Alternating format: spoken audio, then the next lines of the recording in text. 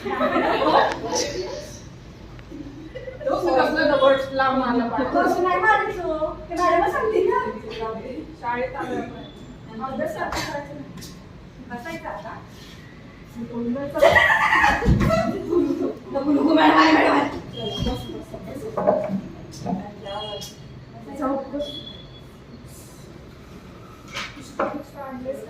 आणि त्या दिवशी तुला पेन दिला होता कुठे का?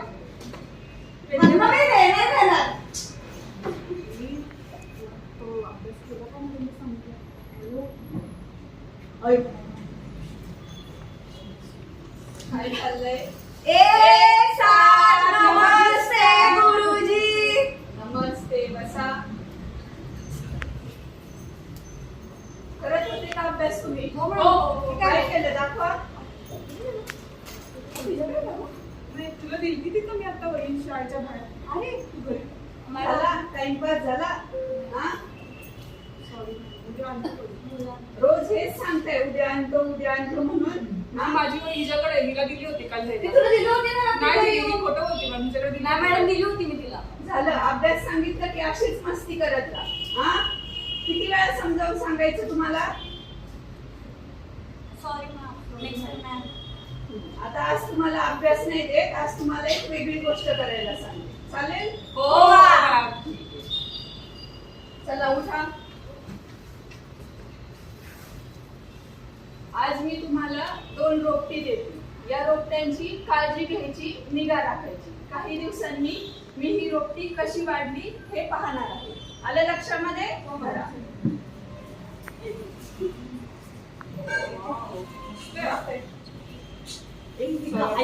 काढू आपण आणि गिफ्ट वापरू ना.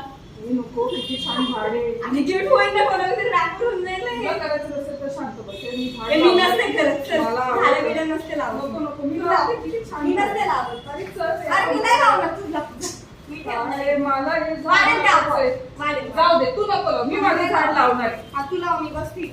बघू किती होतं. इतर सर्व विद्यार्थ्यांनी रोज रोपट्याला पाणी दिले, खत घातले आणि त्याची निगा राखली. पण अर्जुनने मात्र समजले की छोट्या कामाची काय गरज आहे. त्याने रोपट्याकडे दुर्लक्ष केले.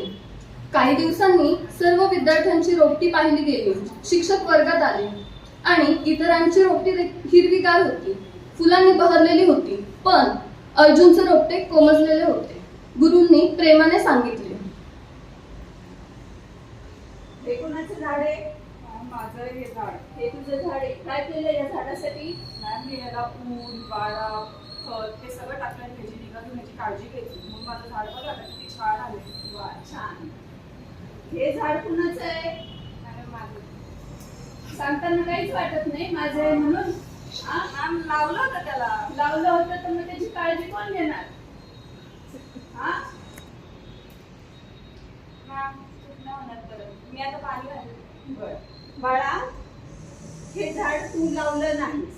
लावलं फक्त तिथनं आणलं, मी दिलं आणि त्याच्यात ठेवून दिलं. त्याच्याकडे लक्ष दिलेलं नाहीयेस म्हणून ते झाड असं झालेलं आहे.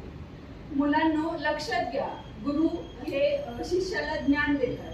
पण त्या ज्ञानाचा वापर कसा करायचा, त्या ज्ञानाचा सराव कसा करायचा हे काम शिष्यालाच करायचं असतं. गुरु शिष्याच्या आयुष्यातील अंधार दूर करून त्याला ज्ञानाचा प्रकाश दाखवतात.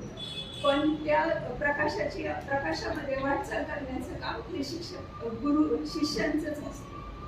त्यामुळे गुरु जर नसतील तर आपल्या आयुष्याला काहीही अर्थ नसतो.